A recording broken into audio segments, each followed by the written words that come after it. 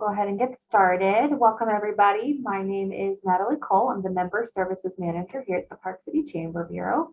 We're excited today to have Deanna Rhodes and her team from Connect Summit County. If you weren't aware, it's Mental Health Awareness Month, and they've had a whole slate of fabulous events this month and continue to, all centered around mental health awareness, and we are excited to be part of that. She'll be presenting, her and her team will be presenting on how we can support our employees with their mental health. So some great tools, tips, resources that they're going to share with us, especially in this time as hopefully we start to come out of the past year. I know we're all feeling a bit woozy at times, so it's good to have these resources available and we can find ways to help our employees and our other staff members. So with that and nothing else, I will turn it over to Deanna. Thank you so much. As Natalie said, my name is Deanna Rhodes and I'm with Connect Summit County, and really grateful to be here today to be able to do a lunch and learn with the Park City Chamber.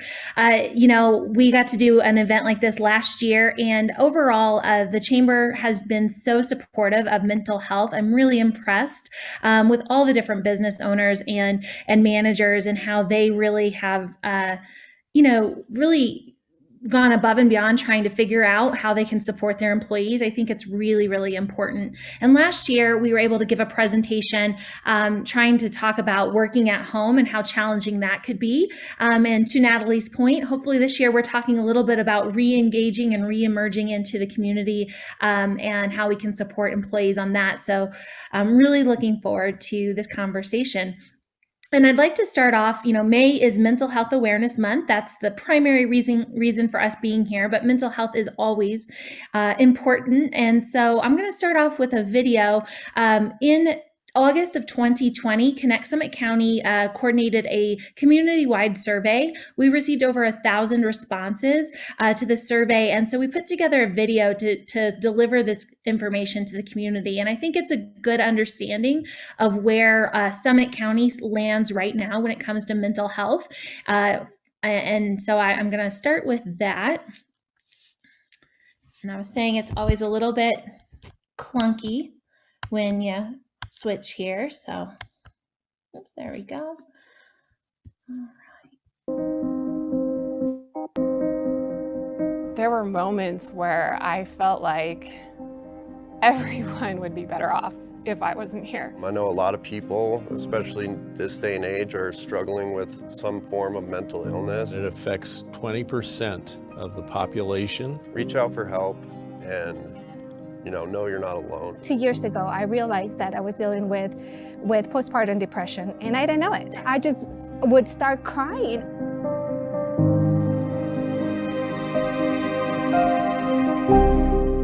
Our mission is to create a well-informed, stigma-free community with access to mental health resources for everyone. Changes in my mental health are just part of my nature. It's part of your nature too. Our ups and downs are absolutely necessary and okay.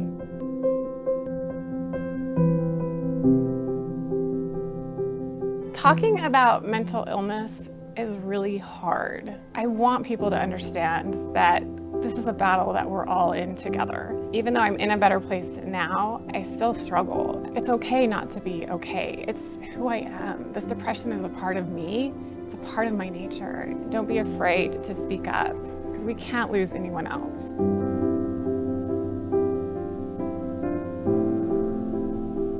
Changes in my mental health are just part of my nature. And it's part of yours too, and that's okay. And it's okay to feel sad, because that's just something that happens.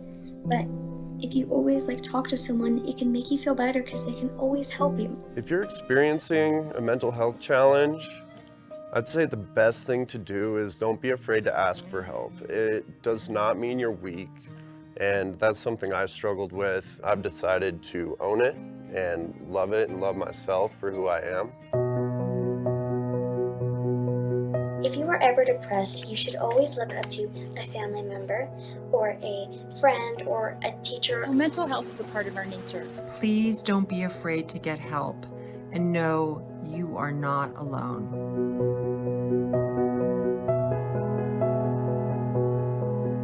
Being able to talk about it, was a big thing. And if I'm advocating for our Latinx community, I feel it's important for me to come out and talk about it. There's a thing that we say in Spanish is, si tú no estás bien, no puedes estar bien para nadie más. If you're not good yourself as a parent, as a professional, there's no way that you can be your best for anyone else.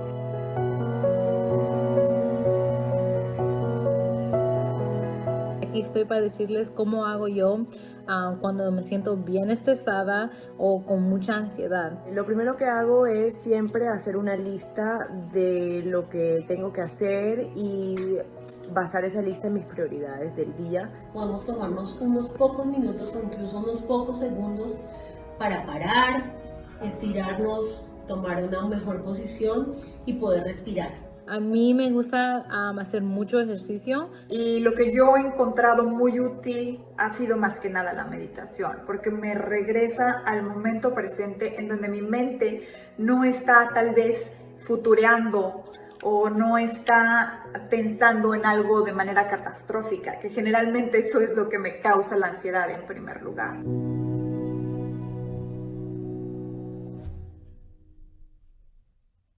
I know that these mental changes can be kind of difficult to cope with sometimes. I deal with these changes by being productive. By playing with my dog Chloe. By skiing and helping others. I play some music. Ooh, what about you?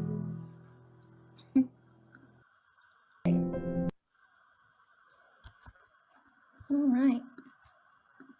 So like I said, I just thought that was a really great place to start for our conversation today. And all that information is fairly recent. Like I said, we did a survey to really measure the attitudes and access in Summit County. We just did that in August, and so we've pulled together our findings. And if anybody's interested in the data, we have a full report that we can possibly drop in the chat, but definitely deliver to you after this as well. And so a little bit about Connect Summit County. You heard in the video, our mission is to create a well-informed and stigma-free community with access to mental health resources for everyone. I'm really proud of this. We've started saying in the past year, our vision is really to make all of Summit County a safe space for mental health. We envision this community where everywhere is a safe space for mental health, a place where residents, workers, and visitors feel welcomed, accepted, and supported, as well as empowered. And by encouraging an ongoing conversation through education, programming, and awareness, Connect Summit County engages the community in increased understanding of mental health issues. This understanding leads to the elimination of stigma and to an environment where community members freely seek the support they need. By identifying gaps in services and barriers to access, Connect Summit County is uniquely positioned to bring together all stakeholders, fostering solutions and services that benefit all those who face challenges with mental health. And a lot of people might know me personally from the community, but I worked at No Name and I have worked at Starbucks, and I just really see how valuable I consider those frontline employees, how incredibly important our service industry is in our community, and some of the challenges that are really unique in that space. And so I think it's really important that we're having this conversation today to really focus on the workforce. And you all, may manage different types of employees, not necessarily service industry workers or seasonal employment, but I do think that this town is really full with that, and I think it's important to have these conversations. So I actually would like to introduce Hope Recovery and Healing, and I'll let them speak for themselves, but they are a partner of ours to really help give us some content of how we can actually take these tools and help people at our businesses. And so I'm going to hand it over to David and to Jennifer. And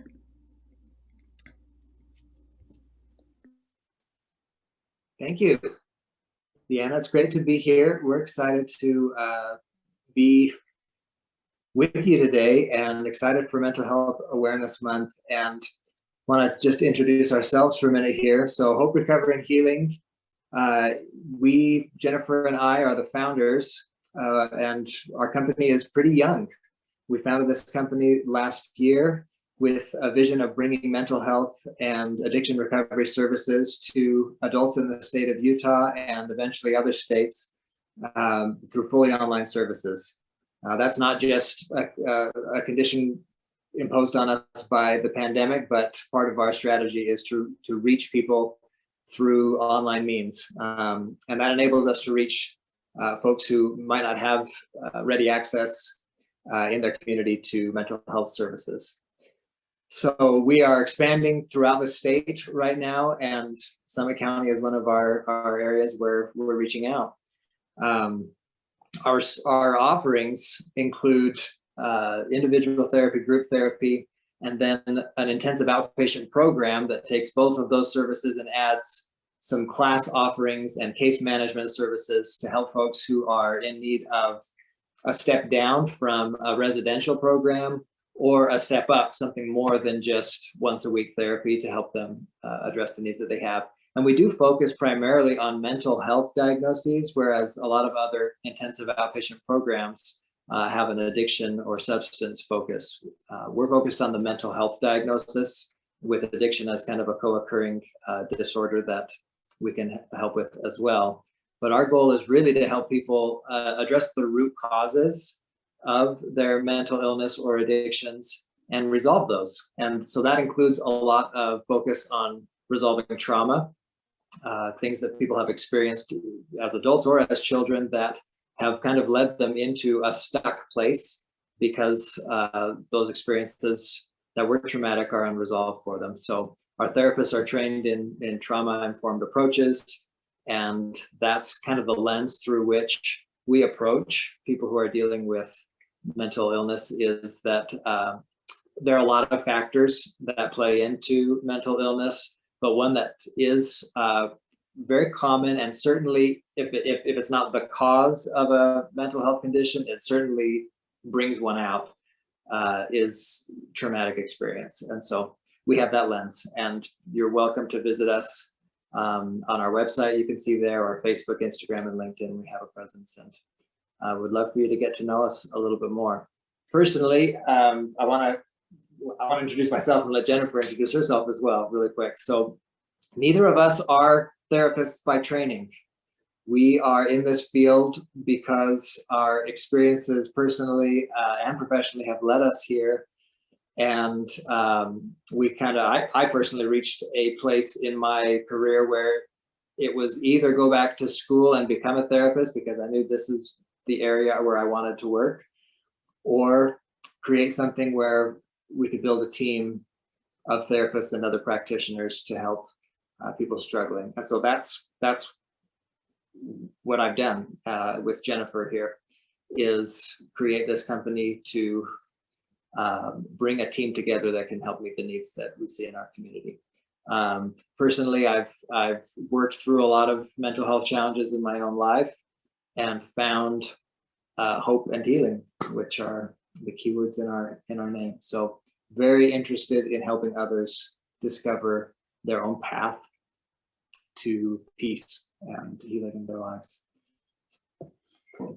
Okay, yes. So David and I have both worked managing teams, and as managers and administrators, we understand the impact that mental health can have in the workplace. And that's specifically what we want to talk about today. So if you go to the next slide, Deanna, this might be surprising to you. Forbes published this study at the end of 2020. So 62% of missed work days were due to a mental health condition. That might seem surprising to you. That might seem really high. Or you might be like, well, it's been a rough couple of years, but here's the interesting thing. A lot of employers aren't aware of the mental health conditions or needs of their employees. And they may not even know how to recognize those. So first of all, why should you care? Well, obviously, having employees miss work affects productivity. It affects even like team morale. It can affect like your ability as an employer to feel confidence in your employees. And then there's also like a financial impact. The American Heart Association stated in 2018 that companies lose over $17,000 a year in incremental healthcare and productivity costs just for major depressive disorders. So that's only one mental health But condition. that's per person with that disorder. Yes, Yeah. right, per person with that disorder. So, and in 2019, a national study showed that mental health issues also have significant impact on physical issues, as well as things like job performance, lack of focus, irritability, tension with coworkers, and even an impact on their likelihood to advance or progress in their skills. So next slide, Deanna. That's kind of the impact. So now how do you know, or how do you, how can you figure out like if there's a need in your workplace or if there's something that might be going on? Frequently, we see performance issues, and as employers, chalk that up to like inability to do their job or failure to, perform, rather than kind of recognizing there might be a lot more under the surface that's going on. And in fact, a lot of the time it is related to mental health. So easy way to kind of generalize these signs would be a significant change. So changes in work habits. This person usually is really on task, really focused, produces well, or is really plugged in and connects with customers, and suddenly they're not. Changes in their physical appearance. Oh, usually they come in really put together. I'm noticing something different. Their demeanor, maybe really nervous, really irritable, or also like really withdrawn or passive, or suddenly like much quieter, maybe not engaging with customers like they usually do or something. We talked about absenteeism, tardiness, and then of course the ghosting. I think we've all, as employers, experienced that, maybe more with kind of the younger generation, and kind of these outbursts or unexpected changes in mood. So maybe a change in their ability to deal with stress, especially in the service industry, where of course, high paced, high stress. And if you see an employee that normally can cope fine with that, but now seems to be like not able to cope with it, those are good signs that something might be going on. And the state of Utah, you can see the link that's here on the slide. The state of Utah has this free screener, and anyone can take this, and it's not tied to any professional. It's just a free screener that can help you as an individual know, do I need help? And one thing that employers can do is maybe offer this on a monthly basis and just say like, hey, this is a check-in for yourself. You don't have to share this with anyone. It's just so you know kind of how you're doing or what might be going on. Okay, next slide. David's going to tell us about a case study. Yeah, so, and this actually comes from Tasmania, believe it or not. So if they can do it in Tasmania, I'm sure we can do it here. It's not a knock on Tasmania. I've never been there. It's just a long way away. It's just a long way, other side of the world. So at a restaurant called the Black Cow Bistro, the restaurant owner also managed her own restaurant and had an employee that she noticed exhibited a lot of these changes in behaviors that we just went over. She started out as a very engaged, very effective member of her waitstaff, and then almost one day to the next, that just changed, and she became withdrawn. She started forgetting things, missing things, not being on time. And as she noticed this, she said, well, I've got to do something. I've got to have a conversation with this employee. And this is a question we hear a lot, is how do I approach an employee? If I notice that somebody is struggling, how do I approach that employee? How do I have that conversation? And the hard truth is that there is not an easy way to have that conversation, and there's no magic script for that conversation. You can't just learn the words that you should say those, and have it work perfectly. That's just not how it is. But you can approach people from a place of caring about the person. And that is probably the biggest key, is moving past, I'm only interested in making sure this person improves their performance because that's my top priority, to I actually care about this person as a person. If you approach somebody in the second space, they'll pick up on that and be willing to engage and say, yeah, I'm struggling. If not, they're not likely to engage. So anyway, in this case, she brought up these issues with this employee. Hey, I've noticed that you're not always showing up on time. I've noticed that you're having problems with some of your coworkers and some of the guests. And by her own report, she said it did not go well. That conversation, she didn't feel like it went well. It kind of blew up. It had a response that didn't seem positive from this employee. But within 24 hours, the employee reached back out and said, hey, thank you so much for raising it with me. I actually am struggling. I've had an eating disorder in the past. It's starting to come back into my life. I'm really having a hard time. Thanks for talking to me. I'm going to see my doctor about this tomorrow. And that the employee saw a doctor, got some help, got connected with resources that she needed. But from that experience, this employer started to realize that the mental health of her employees was something that she wanted to pay more attention to, needed to pay more attention to, that it was a bigger issue than she had before realized.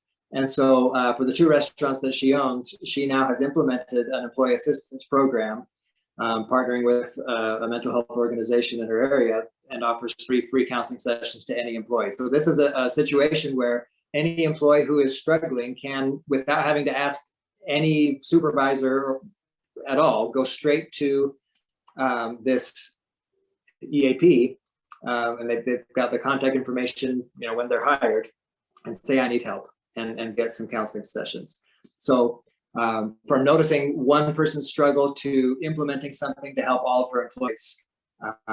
Bianca Welsh is her name, and you can Google that and look about it if you'd like. Black Cow Bistro has really made a difference in creating a safe work environment and a place where people who are struggling can get the help they need without fear or stigma attached to reaching out for help.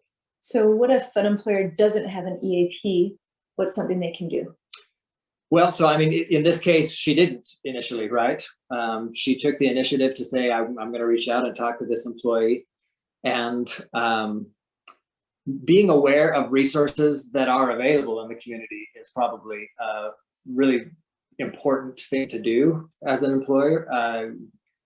I mean, you kind of sit with this person that you're trying to help and connect them with whatever resources are available if you don't have an in-house way of doing that.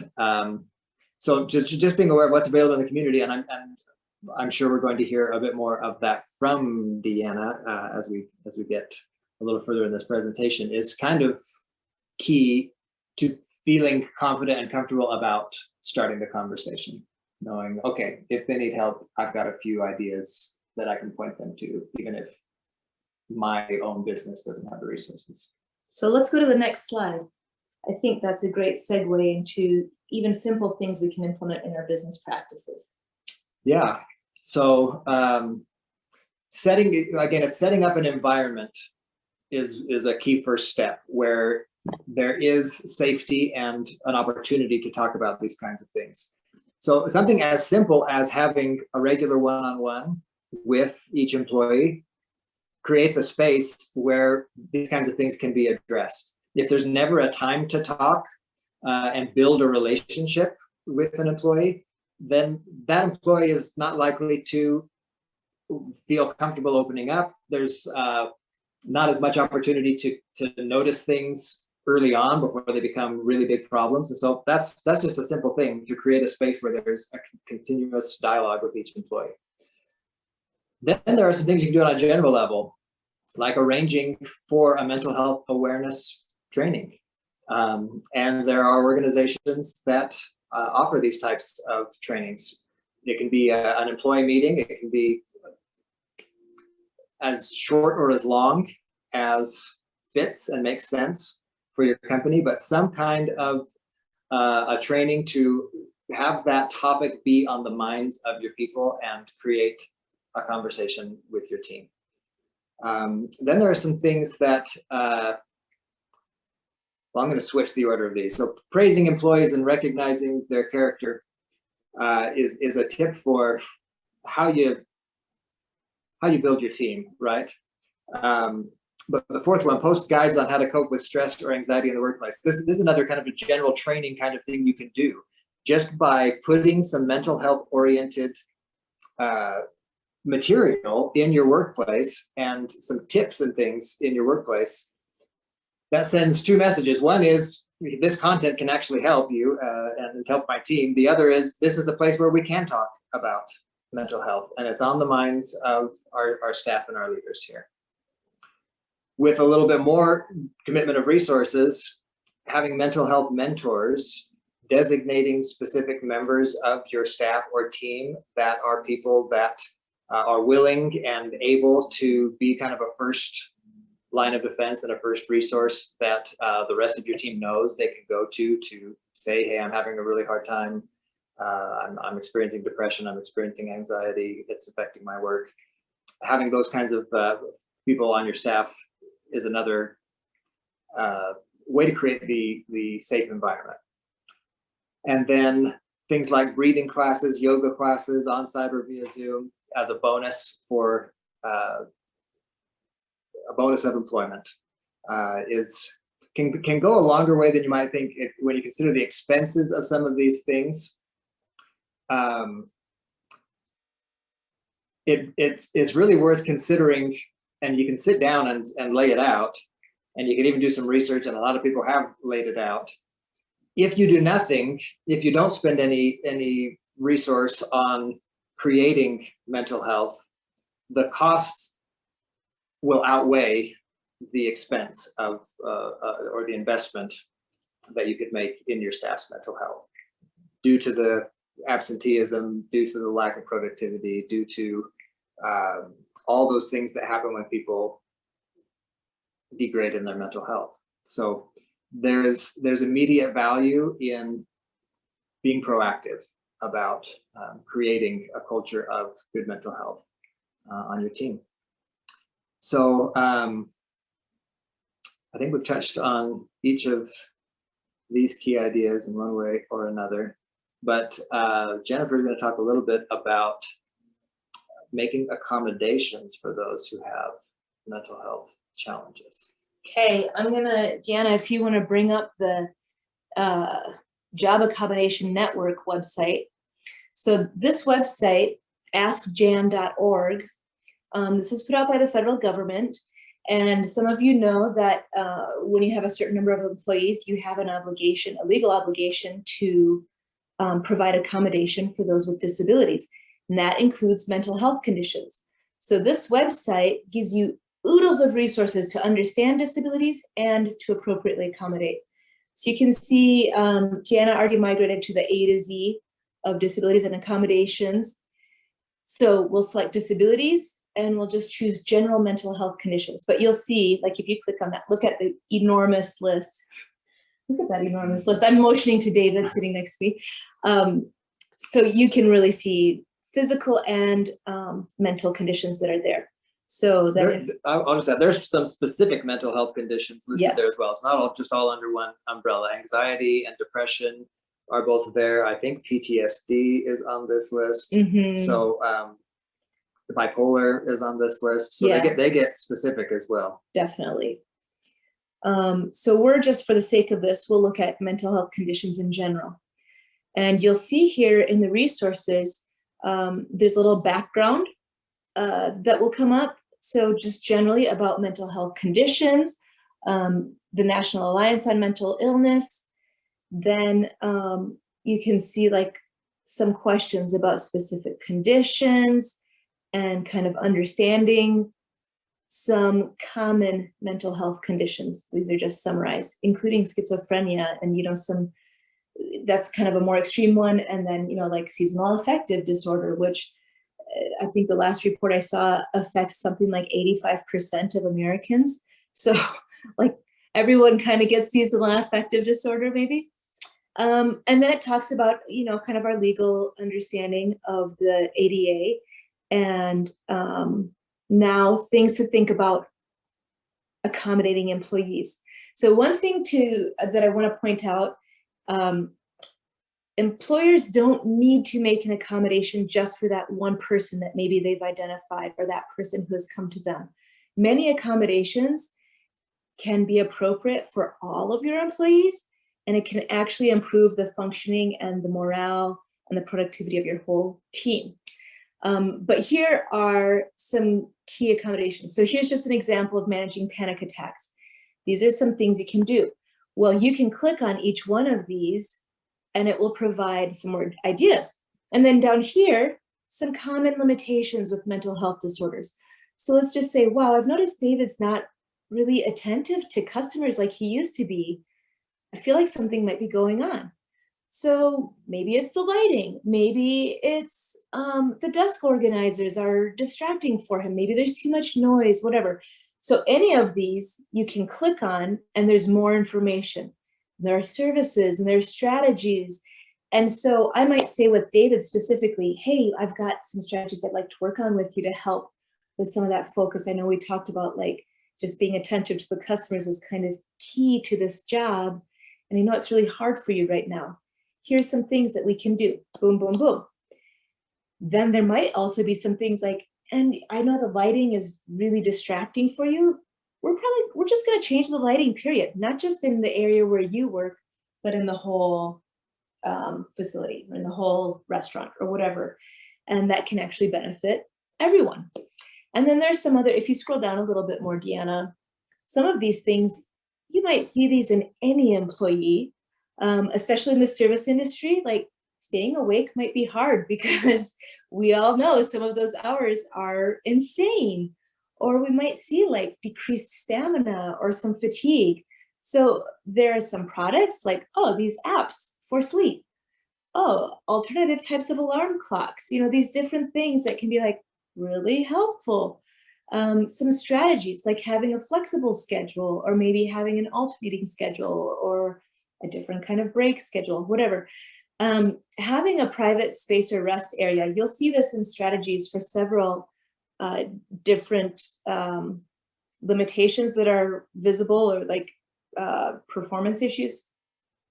That rest area and private space we had in one of my workplaces, and I noticed that people felt like comfortable being able to take personal calls when normally they're really worried about that at work, or they're able to like have that sensitive conversation that came up at a bad time right while they're at work, and it's like, well, where am I going to go? Outside or in the back or whatever. And when there's that private space, it's like, oh, I know there's a safe place where I can have that call with whatever, my kid's principal because my kid's getting expelled, or I can have that call with my partner and we're in conflict right now, or whatever it might be, right? And likewise, being able to take like a 5-minute, 10-minute rest and know like, oof, I'm maxed out, I'm about to blow, I need to take a minute. I know there's this space I can go. What else on this website is key? Anything else, Deanna, that you were thinking we need to underscore here? Well, I see under this accommodations by work functions as well, so policies and stress. So I think that might be interesting to review. And I'll go back, just my silly little picture here for a minute, but I think Jennifer made this point, but I think it's really, oops, sorry. Present, not share. Jennifer made this point, but you know, this picture of the curb cut here, and some people may have heard this case study or this conversation, but you know, when you, if you haven't heard it, I'll just share. There was a study about these curb cuts in the sidewalks, and the reason why they're required to be there for people in wheelchairs to be able to pass and cross the street safely.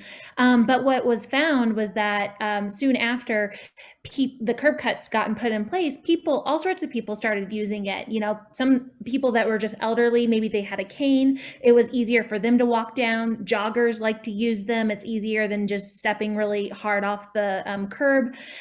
Women with strollers, just all sorts of people were really utilizing this. And I think that's a really important kind of point that Jennifer was trying to make, is that, when you are making accommodations for maybe an individual, you truly are helping everybody on your team, probably even yourself. There's going to be some benefit to making those accommodations. And, it's interesting, we all got thrown into it this past year with this idea of working from home, but, what does that look like? Is that something that has really helped support people's mental health. For some people it has, and for some people it's probably done the opposite, but I think it's something to be considered based on what industry you might be in. And I think that this website is a really great way to help get you started thinking about what that might look like for your organization. So I'll share one more example, and then I think it would be great for you to talk about just how to find local resources, Deanna. So David will remember this. When I first started at this job, I would start meetings with a 3-minute meditation. And the first time, I think everyone was kind of like, what is going on? And I just had it on an app, right? Like a free app, nothing fancy. I just amplified the sound so everyone could hear it. But when you take that 3 minutes, and 3 minutes easily gets spent when you're like, oh, what did you do this weekend? Oh, and everybody's bantering, and you're like, okay, time to start our team meeting or whatever. That 3 minutes, I think, just like, and it took down any affective barriers for people who are coming in like, oh, I'm stressed because I was late dropping my kids off at school and I had a flat tire and the traffic was bad, and some California driver cut me off and I'm just angry, whatever.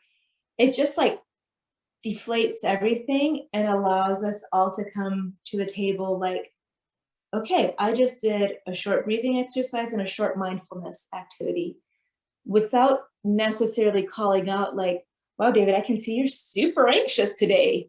Let's do a meditation, everybody, because David's on edge. No, I just was like, hey, I'd like to start my meetings this way. But now I know why you did that.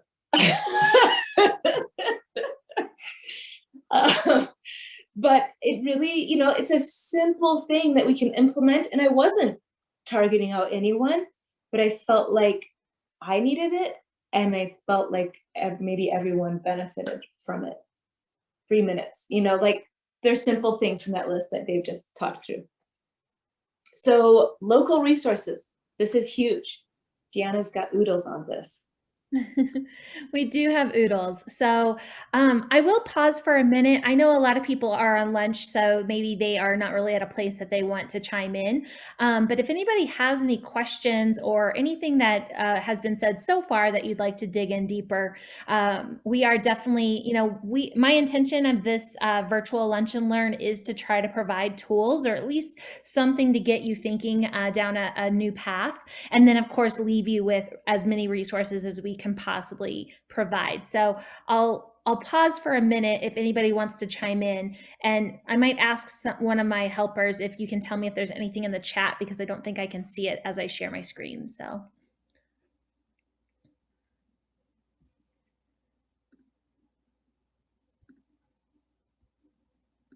And I guess I would love to hear too, if any of you have implemented something in your workplace or tried something out that you feel like this really made a difference in morale or in just you could tell like the vibe is different, or even like being plugged in at work or whatever.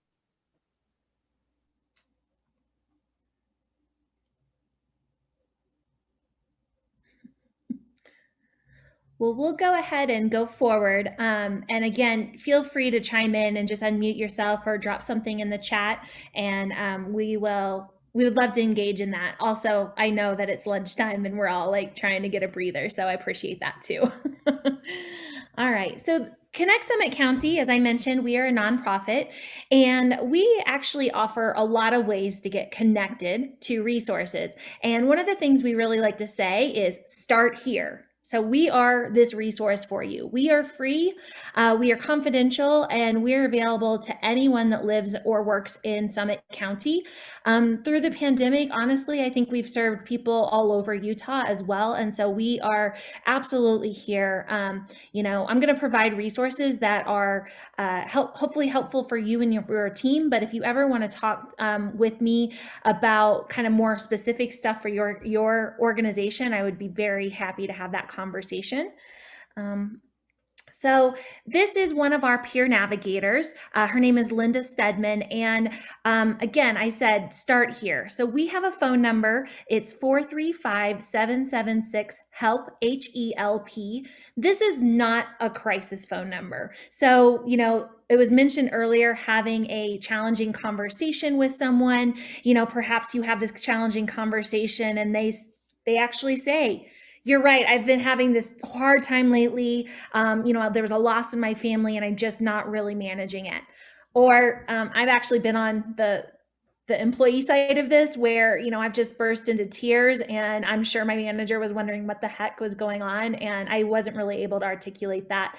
And, you know, this is the kind of phone number that you could give to someone in a situation where you don't really know and maybe they're not comfortable sharing with you. But you can try to get them to a place. And so Linda is an incredible human being. She has lived experience of both experiencing mental illness as well as being a caregiver for different people in her life who has been had mental illness. And so she knows all the things. And basically she is provides some emotional support while she helps the person navigate whatever resources might exist. Something else we say at Connect Summit County that I really love is that there's no wrong door. You know, there might be need for treatment and medication and talk therapy, and it might also be something more like a support group or even just yoga and meditation or an app on the phone. You know, I mean, it really runs the gamut, and it probably runs the gamut different times in people's lives. And so we don't believe in one size fits all. And so Linda is a really great resource. She can be reached by the phone number either by calling or text. And also we have our email address, resources with an S at connectsummitcounty.org. And you know, just a little bit of information. You know, in the video, you probably recognized a lot of local people in our community, and I just want to honor them. They're so brave to really talk about mental health and their own personal struggles. And whether you lead a team or not, one of the most powerful things you can do as an individual is really share your story. It allows people around you to really open up. And if you can be comfortable doing that, it's really super, super valuable. I also just list these numbers to give you an idea of, again, kind of the work that we do. In 2020, the entire year, we served 63 people. They used our peer navigation services. And at the bottom, you can see we provided 237 resources. So typically a person comes to us, they don't walk away with just one resource. We give them options, we give them ideas. You can also see we averaged over 2 hours on the phone with people. And that's because people tend to call back and give us feedback on what was going on, what they experienced. You can call for yourself. It is for individuals, but a lot of times it is someone who is calling on behalf of someone in their life. And we have had employers call just being like, I'm experiencing this with an employee and I don't know what to do and I want to provide support and help to them. And so please know, please give this number to your team and also know that it's for you as well. I also just kind of put these numbers up here. We do have a mental health resource directory. It's at connectsummitcounty.org. And when you go to the directory, this is really self-serve if you want to, if you don't want to talk to anyone and you don't want to engage, maybe it's midnight, you know, but this helps really search for different providers and services that are in the area. We also have what I like to call, they're called toolkits, but they're basically frequently asked questions. And so we try to preemptively think of what questions people might ask. And so you can go to those toolkits and maybe go directly to your answers depending. But again, I always want to call back that even though we have these great resources, you don't have to navigate it all by yourself. We are here as a team for you, and not just Linda, the entire Connect Summit County team. And last year, at the very end of the year, we did launch this program in Spanish as well. So it just started in November and we're still gaining traction on it. But a lot of, I know employers have both English and Spanish speaking employees. And so know that there is this phone number and an email address that is culturally competent with a native Spanish speaker to provide. And something that is just really important, this is true for both phone lines, but it is confidential and it's free. So, people can feel very comfortable reaching out to these. I don't know if I finished my thought. I do want to just really express this is not crisis. So if someone is actively harming themselves, this would not be the phone number for them. You need to reach out to the crisis number or to 911. But this is a number that you could give them if you just felt like you wanted to provide support but weren't sure what to do. And then this probably doesn't look like it here, but this is a guide that we just put together, and it's a mental health resource guide. I mentioned kind of the idea of frequently asked questions. It's a printed guide. It's also a PDF. And my vision that every manager in town would have this in their desk or hanging in their break room, so that if nothing else, you could hand it to someone and they could access the help or at least get themselves started. You can also walk through it with people as well. It's pretty concise, pretty straightforward. And while this is designed to be an evergreen guide, we do update it at least once a quarter just to make sure we have the up-to-date information. But it's pretty all-encompassing. And so if anybody wants a copy of that, a physical copy, I'm happy to bring that to you and to your place of work so that you can have that. I think it's a really valuable tool. And this is just information again about the support line that I mentioned, and just the phone number and information as well. And I want to make a couple of comments as far as there was an idea in the presentation earlier about having mentors at work. And Connect Summit County has recently launched a volunteer program, which is called Peer Connections. And it's basically taking our peer navigation and training people in the community to do that on a volunteer basis. And so not only will they know how to be connected to the resources, but they also are trained in how to provide some level of emotional support while someone may be navigating a negative experience. And we haven't launched it at workplaces yet, but that is an intention of ours. And I think that, again, depending on your organization, would love to have a conversation, even just having one person in the building that is trained on mental health resources can really go a long way to shift the conversation, to shift the culture. And so, would love to explore that. And you might hear from me again as we go into the summer. I think we're really looking at building up this program in workplaces. And additionally, there was some talk about an employee assistance program, an EAP. And I'm really curious to know, and again, this could be an offline conversation, but Connect Summit County, when we connect people to resources, we also are very happy to connect people to EAPs that exist.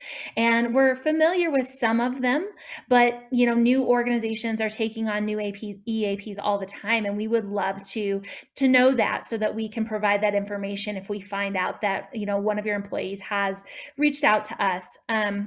And so feel free to let me know. The ones that I'm familiar with off the top of my head is I know that Vail Resorts has an employee assistance program that covers 6 mental health sessions per year per issue. And what's really phenomenal about that is it also covers roommates. So I think it's interesting, we have a very small town. There's a lot of people that, live with people, in the service industry, they kind of overlap. And so I feel that EAP can cover quite a few people, even if you're not Vail Resorts, or that person doesn't even work at Vail Resorts, they might be able to be covered by that EAP.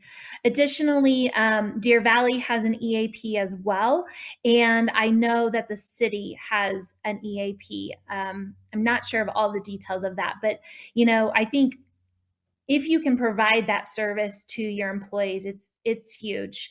And it was mentioned about some of the other resources, but investment like these can go really, really far. And I think we've all experienced negative mental health experiences at work, and not only is it time waster and money loss. There can be really negative impacts from that. And so trying to get upstream from that, I feel, I love doing this presentation with the chamber because I really feel that the business community has a great opportunity here to really help support and to create these safe spaces and to distribute these resources. And a lot of the resources I mentioned today are free and completely available. So Deanna, we do have a question in the chat from Juliana. She asks, how do strategies differ when it comes to supporting employee mental health in person versus in remote teams? Which is definitely topical for how we're all working now. Yeah. Oh, that's a great question. And I'm not sure. I'll take a stab at answering, and then I'll throw it over to David and Jennifer and see if they have input, especially since they are remote, as far as in their setup. So it might be interesting. I think some of the things are really similar, right? Like that, the idea of, and I know this to be true. This is, again, why I love talking to the Chamber of Commerce, because I know every one of you are here for the reasons that you really care about your employees.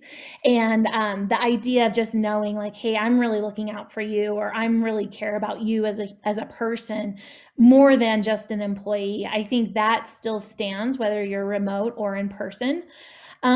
I think as we're returning back to the workforce, recognizing that people have had very different experiences while they may have been away, if you can. And this was a last year about this time, but I was really, it was really moved to me, or it really moved me in the sense that I encountered a woman who was she was just asked to stay home. She wasn't laid off or fired or anything negative, right? Like it was just what we were doing. But she had such an internalized feel about being asked to stay at home, because she was so used to working a lot of hours, and that she was deriving a lot of value from that. And for her to be asked to stay at home was just really kind of tore her up in a way. And I didn't feel that experience, and so that was so different for me. And I think it's really important, again, whether they're employees or even patrons. I mean, we've all had, what's that saying? We've all been in the same storm, but we're in a different boat, or something like that. I think we've all had a lot of similar experiences, and then there's a lot of people that just had a completely different experience. So with that, I'll turn it over to David there and see if he has anything to add about how is it different to manage employees' mental health in person and remote. So I think the fundamentals are the same. It's about connection and communication and caring, those three things. And when you have a remote team, because you're not co-located, you're not physically around each other, feelings of isolation can become stronger. In fact, there have been some studies during the pandemic that's happened. You mentioned some people's mental health has gotten worse, but from working at home, that's one of the factors, is feeling isolated and disconnected from others. And so you might have to be creative in how you create connection and opportunities for connection. Maybe it means that you have a running messaging thread of some kind through GroupMe or Slack or something that maybe you haven't had for a certain team, or some way that people can stay connected and keep a conversation going with each other that normally they would have between meetings, or outside of their office in the hallways, or other chances that they have to communicate with each other. So, I mean, that's just one thought that comes to mind, but I'd say the fundamentals are the same. You just have to recognize that if the work environment shifts to an online space, then you need to leverage what that online space offers and acknowledge what you lose by not being in person. You can't post things on a wall that everyone is going to see. So you've got to do something else to get some mental health tips out, for instance. You've got to put those in a chat. You've got to blast those out in an email. You've got to have a dashboard space somewhere online where that's visible. It's just the environment has changed, but the principles haven't. That's great. Thank you. Thanks, David. All right. Do there happen to be any other questions? Yeah, there's one more. From Rachel, what is stigma in relation to mental health, and how might someone identify if it's showing up in a workplace environment? Yeah, so one of the primary things that Connect Summit County does is really focus on stigma and mental health stigma and attitudes. And I think on one hand, things have become a lot better. You know, I think a lot of people are willing to talk about it, but I mentioned about these ambassadors that we're looking at here. You know, telling your own mental health story is so valuable. And you know, I think that in my experience, my personal experience, I've really seen when it comes from the top down, it can completely do a 180. And there's a business owner that has done some events with us, and one of the things he says is, you know, by the time it gets to me, you know, things are really bad. It's so much more valuable and meaningful and able to do something, you know, to kind of prevent challenging situations if it comes from peers. And so I think with the stigma, you know, just really empowering our employees and our coworkers to be able to speak more freely about what they're experiencing can really go a long way. David, do you have anything to add to that about stigma in the workplace? Yeah, I mean, some things that come to mind are immediate judgments. That's what stigma is about. It's immediate judgments that are made by others when some kind of a label of a mental health issue comes up. If someone, or perceived judgment, right? I'm not likely to feel safe talking about my depression if I get the sense that others are going to judge that means I'm a bad person, or I'm doing something wrong in my life, or that's going to limit my opportunities at work if I talk about that, because I won't be leadership material after I've disclosed that. Those are the kinds of things. It's the real or perceived judgment surrounding mental health that creates the stigma. That's, I think, what we're talking about. And so working against that is to kind of just directly contradict those kinds of things. Mental health, mental issues are no different from physical health or physical issues that you might experience. And we acknowledge that people need help sometimes, and it's okay to talk about it, and you're not going to be penalized in the workplace because you vocalize a need for help. Or, yeah, that's what I have to say about that. Absolutely. Thank you so much, David. And thank you, Jennifer, as well, for helping me present today to try to provide some really great resources, as well as some tools and some questions to ask ourselves as business owners. I know we're right at the hour, so I just want to say thank you so much. Again, thank you so much to the Park City Chamber for inviting us to do this virtual lunch and learn. I'm really grateful that we have the opportunity to have this conversation during Mental Health Awareness Month. It really goes a long way to combat stigma and to distribute resources and help hopefully empower all the people that are on the call today or that might watch the video recording. So thank you. Yes, and thank you, Deanna, and your team for presenting so much helpful and important information for everybody. And just so everybody knows on the call, we did record it, so we'll send out the recording to everybody so you can refer back. I can also include links to that resource guide that they've talked about and some other links. Deanna, happy to include that in the email to the attendees. And get that out there. So everyone have a good rest of your day, good rest of your week. And thank you all. Thank you. Thank you.